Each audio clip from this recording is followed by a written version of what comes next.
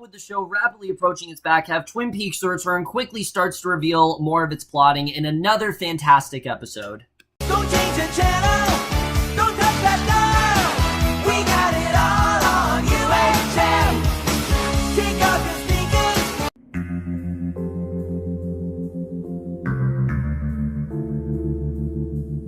Hey guys, time for Twin Peaks: The Return, part 14, and I was definitely looking forward to this part. Like I said, we did have that one entry that I wasn't the hugest fan of. I know I am a week late, not because I wasn't looking forward to this particular part. It's not for that reason. It's mainly because of just time constraints, and there's too much on TV right now. I had to concentrate on Iron Fist and things like that. But I was definitely very excited to see where exactly this was going to take us, and this was another fantastic episode. I really did love what we got here. I thought there was a lot of great, mystery going on. A lot of the many mysteries are really starting to come together, and it really does seem like, it really does seem like a lot of the stuff that we've been building to is really starting to come up here. And I'm definitely interested in seeing really where that's going to go. And let's just get right into it, because there definitely is a lot to talk about here. We start off in Buckhorn, South Dakota, and we see one of the characters that we didn't see in Part 13. One of the, many of the characters have progression, but we didn't really see Cole at all. And Cole calls the Twin Peaks Sheriff's Department, and Lucy answers, who, the last time we saw Lucy, I think was like Part 7 or something like that. It's been a long time since we saw her, but she recognizes Cole's voice, and she connects him to Truman, and after Cole expects Harry, Frank explains his brother's whereabouts and tells him about the pages from Laura Palmer's diary that were found that all that actually suggested the existence of the two Coopers. So you really start to get the sense that now Cole's really getting this information. He has an idea of what's going on, and I definitely really did like seeing that. We've been covering the two Coopers for a while. We've known, obviously, there are two Coopers out there since, like, episode 1. But now Cole actually does have this information, and this really does get this plot moving even more than it already was. But Albert tells Preston about the first Blue Rose case with which Cole and Jeffries were involved, and was actually the namesake of the task force. And Cole then enters, followed by Diane, and Cole asks her if Cooper mentioned Major Garland Briggs, and basically she talks about how the last time they saw each other, which she confirms, and Albert explains the fate of Briggs, noting that Dougie's ring found in Briggs' stomach, and basically that kind of determines what the fate is. But Diane recognized the name Janie E. as belonging to her half-sister, who is married to Dougie Jones in Las Vegas. So none of this is coincidental. It makes sense why Cooper ended up in Dougie Jones's body. It totally makes sense. But, well, not Dougie Jones's body, but it makes sense why Cooper is inhabiting this persona right now. But Preston then calls the FBI in Las Vegas, and Cole tells them that the Jonases are wanting in relation to a double homicide. So Diane then leaves, and Cole informs Albert and Tammy about the Twin Peaks Sheriff's Department find, and he then tells them about this really weird dream he had about Monica Bellucci. And this was a very elaborate dream. It takes us all the way back to like the beginning of the show. In the dream, he met her at a cafe where Cooper was, but Cole could not see his face. And they had coffee, and Bellucci said something like they are the dreamers who dreams and lives inside the dreams, which Cole understood, and this was followed by who is the dreamer. And he says that Monica indicated to him to look back, and he saw himself on February 16th, 1989, which was the day of Philip Jeffries' brief reappearance. And I love that we got a quick shot of like the old Cooper, like the older Cooper from the 90s series. Thought that was really cool the way they did that. And he particularly notes Jeffries asking who he thought Cooper actually was, indicating that this might not actually be the real Cooper. So this really shows us that a lot of the stuff that Cole's been seeing probably has come from this Monica Bellucci dream. I know the show's out of order and things like that. They're not telling it in the exact sequential order of how it actually happened. But we do know that Cole, he's been hallucinating a lot, and I think definitely this Monica Bellucci dream very much just tied that. And I thought this was, again, a lot of great progression here. I really do love the way things are moving, and it really is anyone's guess as to where this is really going to take us.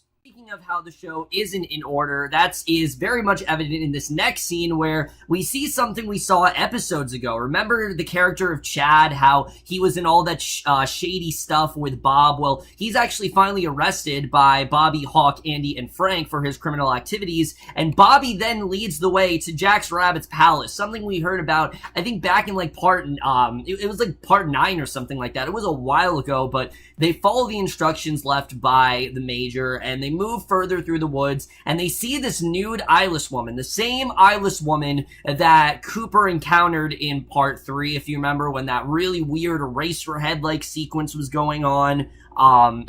But basically a portal forms above them, and Andy is then transported inside after holding the woman's hand, and there's a lot of stuff that goes on here, and this is all very important stuff. He appears before a tall man who, of course, we've seen this character before. We all thought it was going to be the Giant. Turns out he's actually calling himself the Fireman. That's actually who he is, and I like that we at least have a name. I like that we're not going through the whole series, and he's just question mark, question mark, question mark, question mark. We actually know he is the Fireman. I'm glad to see that, but Andy is then shown through this white figure. He's regurgitating Bob, just like we saw in part 10, and we realize that that actually is the Woodsman. We see a high school girl screaming, that's Laura, angels, and that's the eyeless woman, 2 Coopers, a telephone, himself and Lucy, and a utility pole before being transported back out. And he then appears back at Jack Rabbit's palace, where the other lawmen are waiting, and he carries the woman and tells them that she's important and must be kept under their watch. So obviously he knows very well what this woman is for. So definitely this is something that he can use to his advantage. We don't know exactly why Andy's chosen for this or what exactly is going on here, but Andy and Lucy then help the woman settle in a jail cell as Chad is then yelling out insults, and Andy and Lucy leave. The woman's making like these like horse noises. It was really weird. She's like barking and things like that, making all these like animalistic noises, and it's repeated by a drunk in another cell, much to Chad's annoyance. Kind of a funny scene there, and honestly, it kind of served Chad right for what he was doing. Like I said, he was involved in a lot of shady shit, and it really does seem like he's kind of getting his comeuppance here, so I definitely did enjoy seeing that. I thought that was definitely a lot of fun to watch, and definitely one of the more, enjoyable, fun parts of this miniseries as a whole.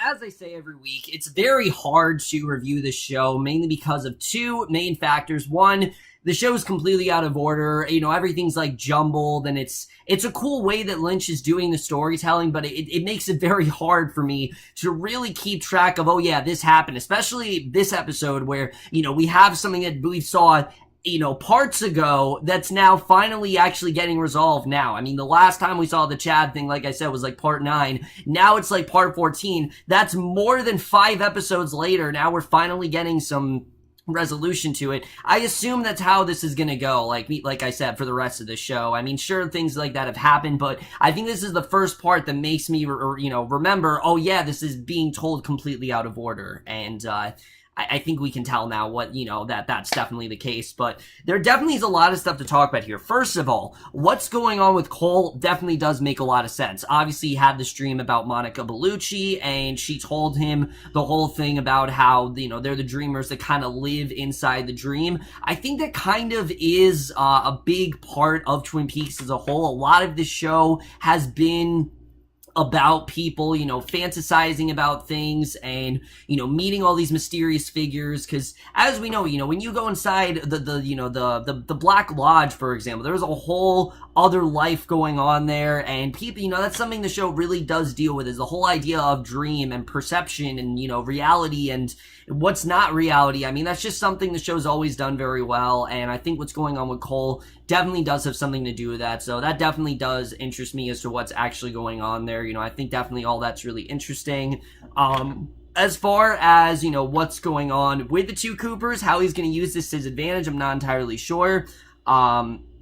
But we'll have to see where that's really going to go, and I think that definitely is going to be very interesting as to how they really do use the 2 Coopers here, because again, I'm not going to lie to you, I'm I'm a little, the show's too smart for me. I will totally tell you that. This show is definitely too smart for me. I don't really know what's going on at half the time. I know obviously they do have a good ground plan, but the show definitely is too smart for me in that regard. As far as, you know, Andy, it's really interesting. It seems like Andy, you know, now he kind of was, he helped this woman out, and the woman is kind of annoying Chad, but I doubt this is going to be the end of it. Definitely there's going to be more going on with this. We'll have to see really what that's about, but are you really telling me that their whole thing, the Jack Rabbit's Palace, was just so Andy could take this trip through the Black Lodge? I mean, I guess it makes sense, but, and because Garland Briggs obviously did go through the Black Lodge, so it makes sense, but there has to be more to it than that. It's not just Andy saving a woman. There definitely is more to it, and I think we're going to get into that very soon. As far as James and Freddie, I can't tell you what's going on there. I can't tell you what's going on there, as well as Sarah Palmer. I have no idea what's really going on there. Other than that, guys, that's really all I can say. I can't really say much more about this one. There was just a lot of great information presented to us and things like that. I just can't really make any predictions because, for all I know, the next part could be way before this, and, that's something I think is very interesting with the way Lynch is presenting the show. And it reminds us that this really is being treated as an 18-hour movie. And that's why I don't say episode, I say parts. But basically, like I said, I really did enjoy this part overall. This definitely was one of the best I think we've had so far. There was a lot of great visual stuff here. There was a lot of stuff that was evident of part 8 even. I mean, I don't think, you know, it wasn't that even close to part 8, but there were still some things that were just as weird, you know, like the dream sequences and the things through the Black Lodge and things like that. I think is definitely very interesting. But overall, guys, I definitely really did enjoy this part as a whole, and I am going to give Twin Peaks: The Return Part 14 an A-. Overall, guys, I'm going to review this part of Twin Peaks: The Return. Let me know what you guys thought of this part overall. Love your thoughts. And I know I do still have part 15 to review, and I will do that very soon, and I will see you guys for that. Okay, bye.